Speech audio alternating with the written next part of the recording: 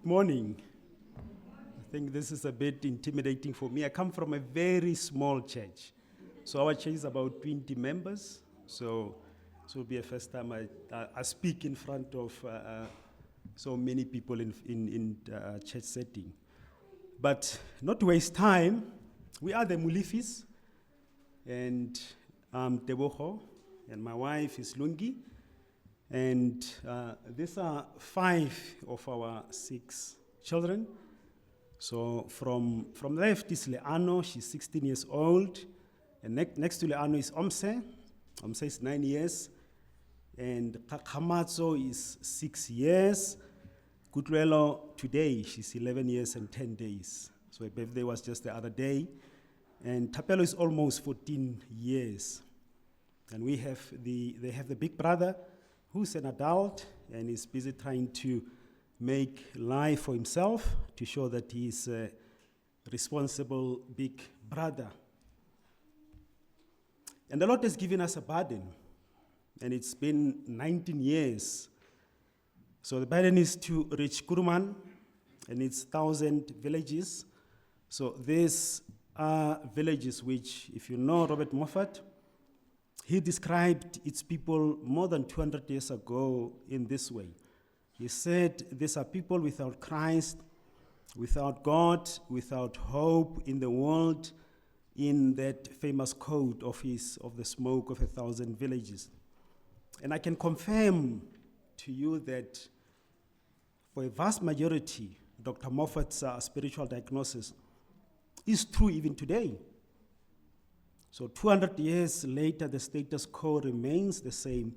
Hence, we have this restless burden for these people, who are my people, because I come from Kuruman. That's where I was born. But before I tell you more about the burden, let me first tell you about what we do. So Lungi and myself are missionaries with biblical ministries worldwide, South Africa. You obviously know more about BMWSA. Your pastor Rocky is very much involved with the mission agency. He's one of the board members. And it's through BMWSA that he has extended this invitation to us to come and present our ministry to you. Our current ministry starts in the home. So Lungi and I have been married for 16 years. I think I got that right. Yeah, 16 years. And you saw that our house is very busy. That's why my dear wife Lungi has to be at home full time to manage the home and take care of the children's education. And I must say she's doing a very important job. She's doing it joyfully and sacrificially. So myself, I do tent making. If you know what that means, I have an 8-to-5 job with a big retailer, while I also co-pastor at Free State Bible Church, as the brother mentioned, and at the same time, balancing all these roles with my biblical studies. So Free State Bible Church, where I do feet washing, is a small independent Bible preaching church. So we are multiracial, multicultural like you, but very young in terms of our age average. And vibrant church, basically located in the middle of Bloemfontein.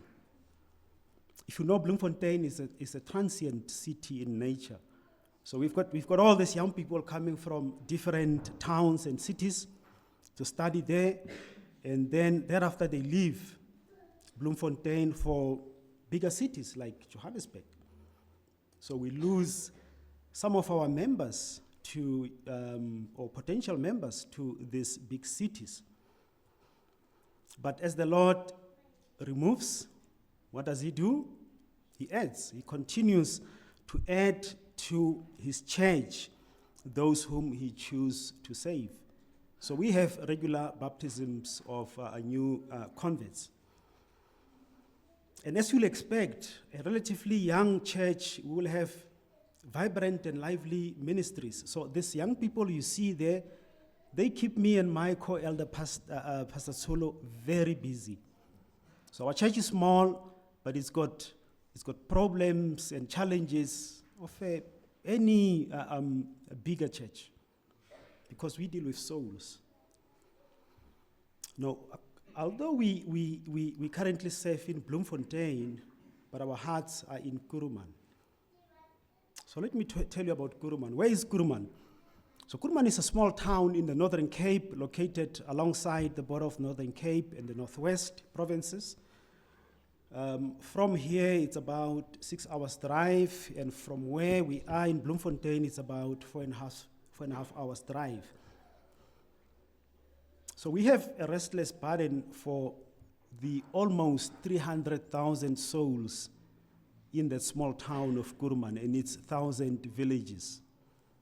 So Kuruman is surrounded by mining towns and therefore attracts skills from all around South Africa and Africa. But there is no sound biblical churches. Therefore, no solid gospel witness besides the presence of your health and wealth, your ATR, African traditional religious proponents, and obviously the likes, your denominations, and so on. So because of this gospel drought, we have the burden for people in Kuruman. And we know of people there who are yearning for the truth. And they want us to start soon. So you can take this as our Macedonian call, as Paul sees that vision in Acts chapter 16. But one thing is for sure, it's just very difficult to fathom that the town made famous by some great heroes of the faith, your Moffat and Livingstones. It's so difficult to fathom that there are no Bible preaching churches there. Sorry, the next slide. My computer died. So Moffat was stationed in Kuruman.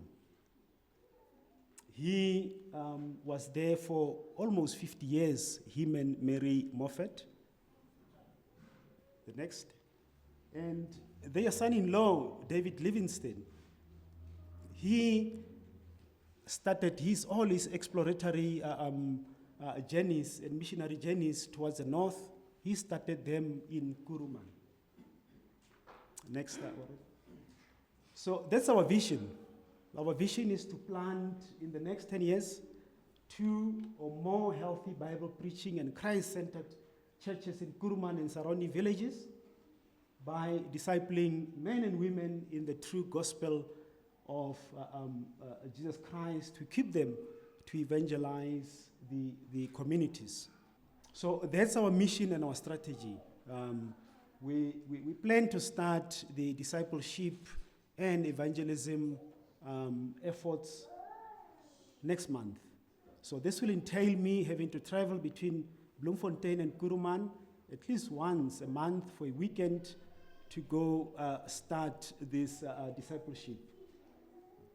And then early in 2027, the plan is for the family then to move to Kuruman.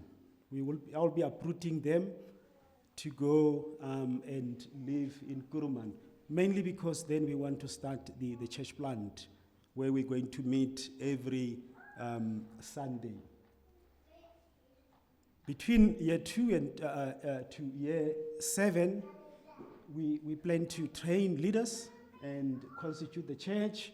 Later on, year 8, we want to, Lord willing, plant the second church in the village.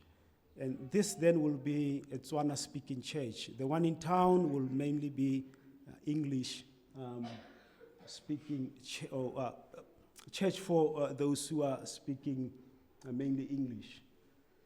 And again, Lord willing, year 9 will continue just mentoring and strengthening the work in those churches. Now, there are partnership opportunities for you and like-minded churches to partner with us. Firstly, consider contributing to our monthly support. Second, consider also donating what we call the planting kit. Things like Bibles, hymn books, those tools and equipments that we're going to use or need in the planting phase. And then again, do as Brother Rocky is doing, invite us to come and speak to you about our work and promote it within your communities, within your fraternals. And then we're also going to need expertise, those who have expertise in things like regulatory requirements, things to do with tax and all that. Would you consider volunteering your time to advise us on some of those things? And this is our prayer request. So please pray with us that the Lord will make the transition very smooth. December, early 2027. And pray for those monthly meetings that we're planning. As I said, the Lord is busy building His church. There are people who want us to come. Those people obviously are yearning, as I said, for the sound doctrines. And that the Lord will continue meeting our needs, that the Lord will provide either for myself a remote job so that I'm able to be in Kuruman early next year to start with the work, or the funds needed so that I can leave my tent making and be focused fully on the job. And also pray for my wife and the children for their home education, and also for her, because this is going to interrupt their routines. There's going to be much time that they are going to lose with their home education and all that. And also pray for our children as they continue to learn their music and all the other skills programs that they're busy with. And lastly, for the Lord to prepare the harvest field for us. So that should be all that we're asking you to pray with us about. Thank you, brother.